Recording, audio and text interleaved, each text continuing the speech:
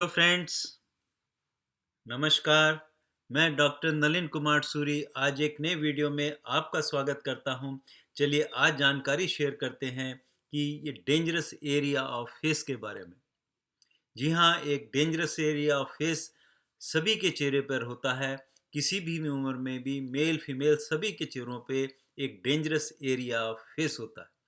इसकी बहुत ज़्यादा क्लिनिकल इम्पोर्टेंस होती है। तो चलिए आज इसी पे चर्चा करते हैं।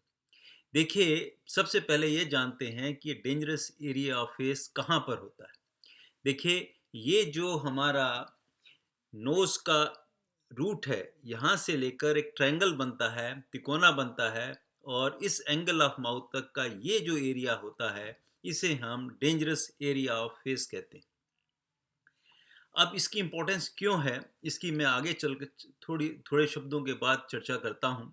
देखिए, अगर कोई व्यक्ति अपने नाक के बाल खींच लेता है या बाल तोड़ कर लेता है और उसकी जगह फिर वहाँ इन्फेक्शन हो जाएगा और फिर क्या होगा कि वहाँ बॉयल बन जाता है, फोड़ा फुंसी बन सकता है या और किसी वजह से भी इस पूरे ट्रायंगल के एरिया में अगर कोई फोड़ा फुंसी इन्फेक्शन हो जाए, कोई स्किन डिजीज़ हो जाए, तो वो ट्रिकल कर सकती है हमारे ब्रेन में। उसका रीज़न होता है, देखिए सबसे पहले तो बाल तोड़ की बात करते हैं कि देखिए जो भी हम सांस लेते हैं इसके साथ बहुत सारे डस्ट पार्टिकल भी उस एयर में होते हैं और बाल जो नाक के अंदर जो बाल होते हैं छोटे छोटे, वो उन जो फाइन पार्टिकल्स हैं जो डस्ट के, वो ट्रैप कर लेते हैं, रोक लेते हैं, जिससे कि फेफड़ों में हमें शुद्ध हवा मिल सके। अब ये जो फाइन पार्टिकल्स होते हैं इनके ऊपर बैक्टीरिया भी लगे होंगे, फंगल स्पोर्स भी लगे होंगे या वायरस भी लगे होंगे, कुछ भी उन पे लगा हुआ हो सकता है। और जब आपने उसे प्लग किया बाल को, तो क्या होगा कि वहाँ छोटा सा जख्म हो जाएगा।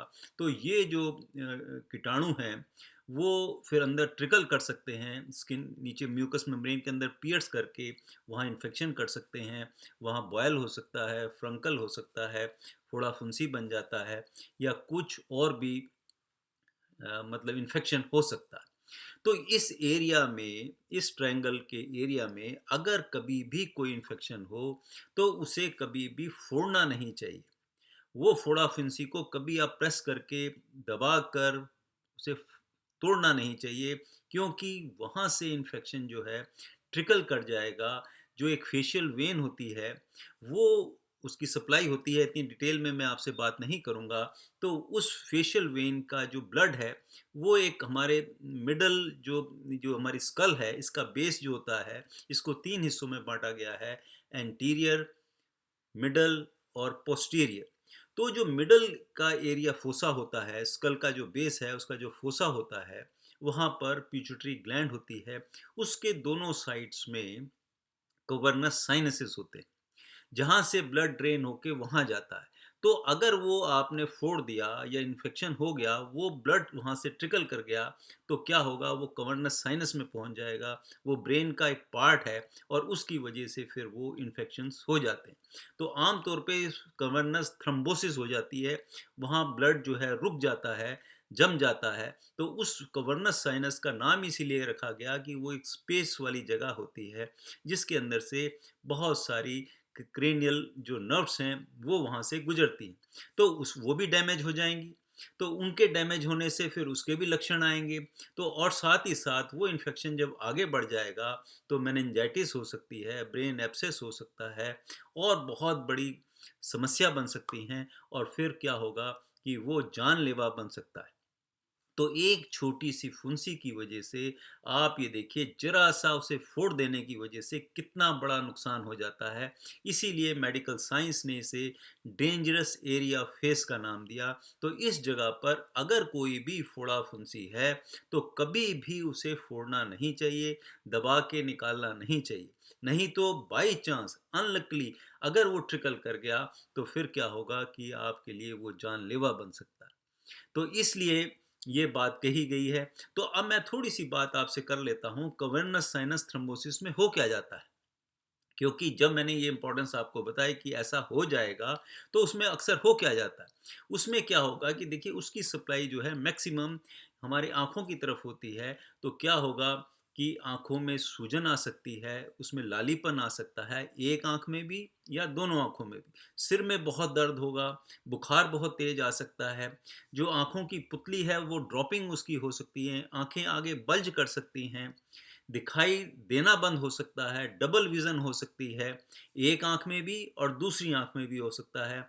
आँखों की मूवमेंट रुक जाएगी, जो मसल्स आँखों की जो सप्लाई करती हैं और जो मतलब नर्व सप्लाई करती हैं, उसकी वजह से फिर आँखों का मूवमेंट रुक जाएगा, आँखें घूम ही नहीं पाएँगी, बहुत सीवियर दर्द होता है आँख में और उसकी वजह से नमनेस भी आ जाती है। तो इतनी ज़्यादा कॉम्प्लिकेशन केवल एक छोटी-सी फुंसी को फोड़ने से भी हो सकती है।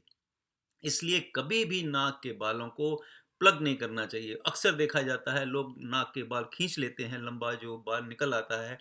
ऐसा कभी नहीं करना चाहिए, इसका बहुत ज़्यादा नुकसान होता है और उसकी वजह से बहुत बड़ी कॉम्प्लिकेशन बन सकती है। इसलिए इसका नाम डेंजरस एरिया ऑफ फेस रखा गया है।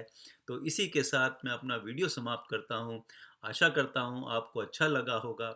अगर आप न्यू व्यूअर्स हैं तो सब्सक्राइब कर दें और या अगर आपने ऑलरेडी मेरे व्यूज़ देख रहे हैं तो ये जो मैंने आपको वीडियो बनाया इसको शेयर करें, औरों के साथ भी बताएं कि जिससे कि एक छोटी सी गलती से आप बहुत बड़ी परेशानी से बच जाएं।